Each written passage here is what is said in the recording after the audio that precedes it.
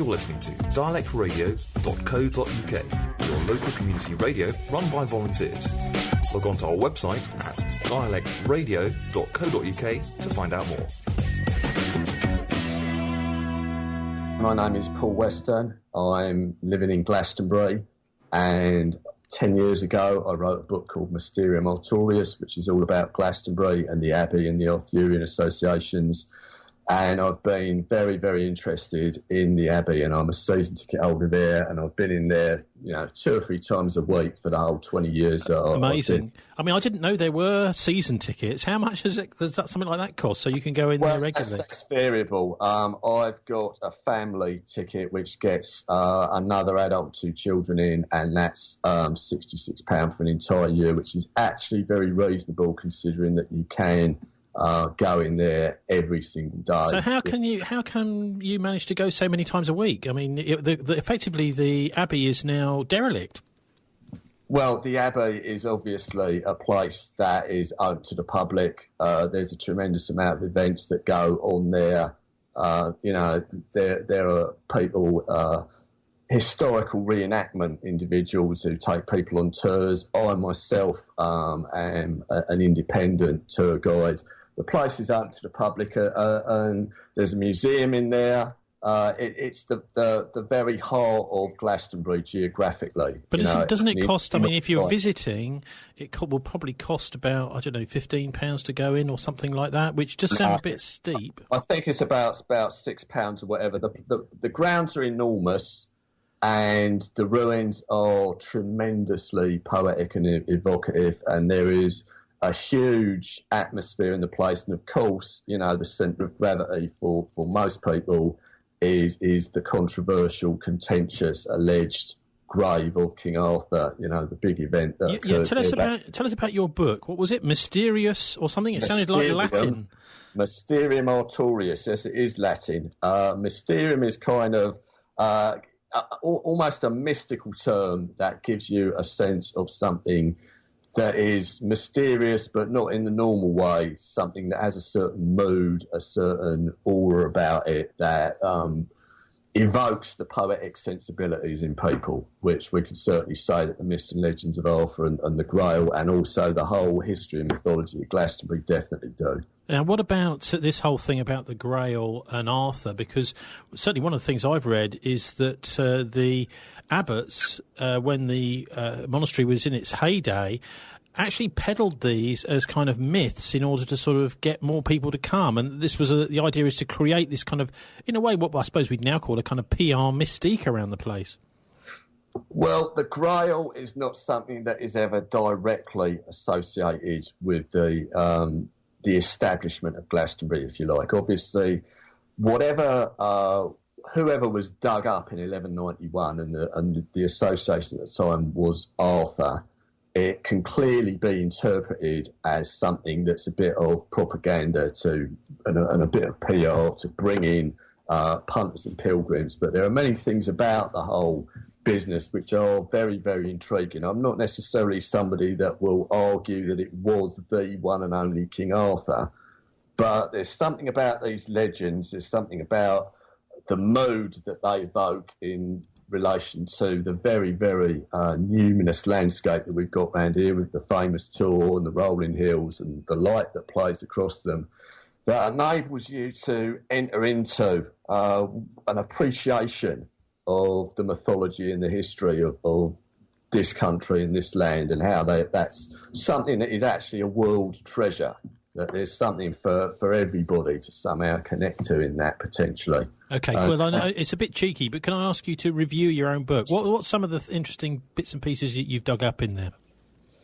Right, well, okay. I mean, my sense is that, first and foremost, the way into Glastonbury for the average person is the mystique of the landscape. Glastonbury Tor dominates the entire landscape for miles around, and it changes shape wherever you are in the town. As you come towards it, it's continually shifting and changing. There are places in the town that you can't even see it. You can't really see it that in the Abbey itself. these are the kind of things that in the past, people that live more closely related to the landscape will notice, and it will become something significant. The place was virtually an island, not completely an island, but virtually an island in pre-Roman times. And people didn't actually live here. They lived around in the lake villages out at Mere and so forth. And they undoubtedly would have seen Glastonbury Tor and seen the isle around it as something potentially numinous, sacred, interesting. And there's a good case to be made for saying that it may have been a place where the dead were buried, that it was an otherworld island. What about the symbolism of the Tor? I mean, is it supposed to symbolise something, parts of the anatomy or whatever? Well, there's an awful lot of different responses to the Tor and its mythology and history. In the modern world, we've now got a goddess temple in Glastonbury. There are many people who are enthusiasts for the divine feminine, and it's definitely true that in Celtic culture, such as in Ireland and so on, in days gone by, rolling hills become associated with the female body, the shape of the female body, and goddesses. So there's certainly, anyone that looks at it in that way, there is a certain poetry in that, and at certain times of the year,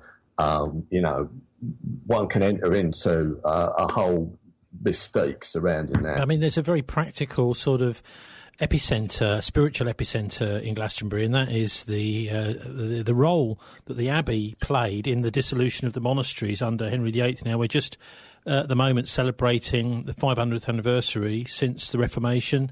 Martin Luther and Calvin and the rest of them over in Germany started this wave of reform in the church. Henry VIII picked up these ideas with a vengeance, got rid of the Catholics, started the Church of England, got rid of various wives, and that kind of thing. And of course, was he was the key figure behind the dissolution of the monasteries. Can you tell us, first of all, what sort of interaction there was between the monasteries and the local community, and then maybe we can have a look at what happened in Glastonbury specifically? Well, as far as Glastonbury is concerned, the Abbey owned a lot of land in the immediate vicinity, so the agriculture, the fishing and so on, the production and distribution of food was something that the monks were very much involved in. They were very much part of a wider community and had hospitals and almshouses and so on, and tried to look after people. I think there's every indication that people were fairly well off comfortably and had a reasonable quality of life, as much as you can say anybody that's lower class in the Middle Ages would ever have done. I'm just thinking, because up in Bristol we've got the Bristol Royal Infirmary, the BRI. This word infirmary is pretty much taken directly from what the monks used to provide with they did quite a large amount of medical care. Some people have even compared them to something equivalent to the modern National Health Service. Well, there's certainly a case to be said that the monasteries kept a level of culture and learning alive during a period that was, not as good for the wider population, and that they did have, however much money that they had, there is an ongoing sense of responsibility to the wider community. Yeah, and what happened to Richard Whiting? He's this famous abbot who was one of the last people really to put up an absolutely stalwart resistance to Henry VIII's dissolution of the monasteries. And what people don't necessarily understand is what was happening is Henry VIII was effectively privatising the monasteries, saying that and selling them off to some of his rich feudal friends. Well, I don't think it's really true to say that Abbot Whiting put up a great resistance to Henry VIII. I mean, part of the deal was when the Church of England was founded that everybody was required to sign over their allegiance to it. And he did so, and so indeed did everyone else in Glastonbury Abbey, and this is widespread across the entire country. But he becomes the symbol of the brutality of the way in which ultimately the process of dissolution of the monasteries was handled, because of the terrible fate that befalls him, and indeed befalls the whole of Glastonbury Abbey in 1539. We are coming up next week to the anniversary of that, to the anniversary of his martyrdom. So the anniversary of his martyrdom. So what happened to him? I mean, this is 1539. If you could imagine, that was about 20 years really after Martin Luther, and various things have been happening in Germany, the Reformation, the wave spread across Europe. And so what happened to Richard? I mean, he decided, I think, didn't he, that he wasn't going to allow the Glastonbury Abbey to be demolished and sold off like the others. That's not really exactly how the whole thing went down. The dissolution of the monasteries, it's certainly an after effect, if you like, of the Protestant Reformation, but it's very much tied in with Henry VIII and his power politics. It starts in 1536, and Glastonbury, being the jewel in the crown, the richest and the biggest, is kind of left pretty much for last, and it creeps up on us. And finally gets moving in 1539. And there are allegations made against Whiting that he's committed treachery, that he's taken money and treasures and so on. And it's very interesting that there's extant documentation that tells you how much of a put-up job it was, because there's an itinerary whereby he's to be taken to court in Wells to be tried and then executed. So it's quite clear that, the trial is just a show trial. It's always intended that he's going to be executed. So why was it? What had he really done wrong?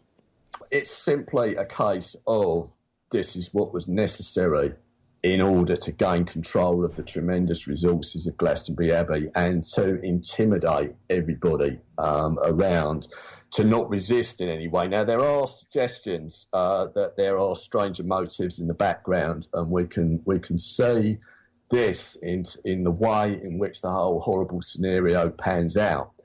Because Richard Whiting is an elderly man. He's an octogenarian. No one really has got a word to say against him. He's a fine fellow. But what they do is they condemn him to be hung, drawn and quartered on Glastonbury Tor, along with a couple of his associates. And this involves stretching him out on a hurdle that is then pulled by a horse from outside Glastonbury Abbey and up onto the Tor, which is quite a difficult thing to manage in November, when it's often quite muddy and on the lower slopes of the Tor, when it might be raining, when it's quite often very, very windy on the Tor. 3 gallows are set up on the Tor, and Whiting is there, and he's hung, drawn and quartered, and his head's displayed on a pole and so on later on in the vicinity. And local author Geoffrey Ashe wondered, in a book that he wrote about that featured all this story called King Arthur's Avalon, whether or not, because of the sheer impracticality of it, why, it wouldn't just be done in the town centre if all that was necessary was to instill fear in people. It's almost like a blasphemous parody of the crucifixion. It's unnecessarily brutal anyway. In order for Henry VIII to gain control of this place, he didn't have to go that far. And all of the priceless resources of it, the incredible library, rather than just grabbing it and assimilating it into the Royal Library or giving it to some university, the whole thing, we don't really know what happened to it. It's lost, essentially. I'm sure some people managed to grab some of it, but it's a national treasure, it's a national resource, and it's lost. And it's also not true to say that the Abbey is just taken down straight away. It takes a while. In fact, it takes decades for it to be slowly, denuded into its ruinous form. I mean, I like your take on this as it being a kind of blasphemous act. And I imagine that would really instill fear into the locals, saying that we really can't meddle, we can't really fight back against this King Henry VIII. He's all powerful and he's instilling fear. But just explain hanging, drawing, and quartering. That's something which was really quite a hideous medieval way of killing somebody, executing them. Can you tell us what it involved, if you can stomach that? Well, I mean, you are hung until virtually dead. And then basically, your stomach's cut open and, your guts are taken out and so on. This is an octogenarian. This is a guy who's been an abbot of the greatest religious institution in the country. as far as I'm concerned, I refer to it as the murder of Abbot Whiting. It's done under, the law of the land, but there's, in my opinion, there's simply no need for it. The other monks were kind of pensioned off. There were surely other ways to accomplish this. The brutality behind it and this blasphemy, yes, indeed, it's done to instill a sense of fear, and the mood. I can't even begin to imagine how horrifying it must have felt around the abbey in the days, weeks, and months following this. Amazing. Melancholy. You can still detect it from time to time. It wafts around the town, and the fact that this terrible act is not even really properly recorded on the Abbey website is a kind of strange thing, and that's why it's good that there's finally going to be an official event, however modest, next week that is going to be commemorating this. Interesting as well that what Glastonbury has become, because it seems to have attracted all sorts of people who are interested in every kind of person along the spectrum of anything you could call spiritual, everything from sort of crystal shops to the goddess temple. Can you just give us an idea of some of them, maybe more sensible and more outlandish things that go on in Glastonbury today?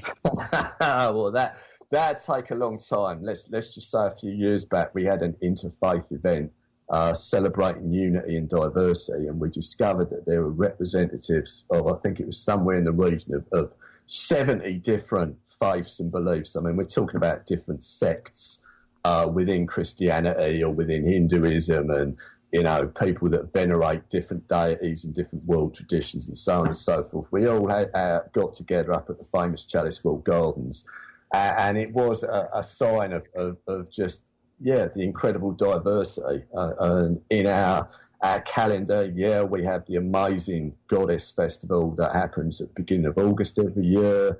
We have a procession through the town of the women with figurines and statues of the goddess, and they have a great feast and so on to celebrate the harvest. We've just last weekend celebrated some of the very old pagan legends surrounding this town about Gwyn, who is considered to be a lord of the underworld who perhaps lives inside Glastonbury Tor and is an ancient pagan deity. And there was a dragon procession up Glastonbury High Street, and then an enormous great ceremonial with a bonfire at the foot of Glastonbury Tor. We have the Hare Krishnas have a little festival in the summertime, and they have a procession through the High Street. There's another dragon procession and celebration around the May Day period of time. There's a whole wheel of the year of absolutely extraordinary stuff that goes on. The local community are very, very creative about all of this, and a lot of visitors from all over, not just this country, but all over the world come here all the way through these notable points on the calendar, the solstices and the equinoxes and so on. So there's a kind of a spontaneous, sociological, spiritual experiment going on here. And we're having a lot of fun, and it's very intriguing to see where it's going to go. The old history of the Abbey is very much resurgent at the same time. What about the tower on the Tor? When was that? Was that built before or after the destruction of the Abbey and Richard Whiting, the abbot? Right, well, what we've got there is the tower of a church that actually served a very small monastic community. If you think directly in front of that tower, just a little way down the slope, there was a building that was essentially a monastery. And, there are monks living up on there. It all dates from the same period of time as the medieval abbey. And once we'd had the dissolution of the monasteries, it falls into disrepair, and it's just the tower that's left there that gives this very distinct, visual sense to the tour. So what's happening and where is it happening to commemorate Abbot Richard Whiting? Right, okay, next Wednesday, the 15th of November at 10 o'clock in the morning, in Glastonbury Abbey in the Patrick Chapel, At 10 o'clock, there's just a short event, 15 minutes or so. The normal admission fees to the Abbey apply. There's a chap called Mark Hutchinson who works in the Abbey as a historical reenactment figure. He goes around dressed in monk's robes and so on, but he is actually the Reverend, so he's entirely authentic in that. And he's somebody that's conducted some tremendous historical research in the Abbey, in the archives surrounding all this material, and is recovering the names, the biographies, all kinds of details of the monks that lived in Glastonbury during the last few hundred years before the dissolution. So he's a great guy to actually lead that. It will be a little remembrance, basically, of Abbot Whiting and his life and what happened, a bit of time for reflection. And if it's a nice day, I'm sure, some of the people that gather there will hang around together in the grounds afterwards. It's just the beginning of what I hope is a great acknowledgement of this terrible defining tragedy of, why is the Abbey ruined? Why is there such a melancholy that sometimes settles over the town that seems to emanate from that tragedy? And hopefully in 20 years or so's time, when we come to the 500th anniversary of this event, maybe something quite important might be able to happen in Glastonbury as when it comes to commemorating the dissolution of the monasteries and what it's all about and how we should respond to it. Glastonbury's got, as strong a claim as any to be able to speak about that. Paul, can you just tell us whereabouts we can find your writing online as well as the book? Right, okay. Well, my books are available on Amazon. I have got a website, Paul Weston Glastonbury. I haven't updated much of it recently. I'm also present on the Spirit of Avalon Tours website. And, I have a few. I've got a nice little video called A Glastonbury Abbey Dream that I put up on YouTube that's got a lot of images of Glastonbury Abbey and some appropriate music. And I'm hoping to develop that theme of music in the Abbey a little bit more with a bit of luck next year. OK, well, we'll put up a link to Glastonbury Abbey Dream on our show page at dialectradio.co.uk. Paul Weston from Glastonbury, thanks very much for joining us. My pleasure. Thank you, Tony.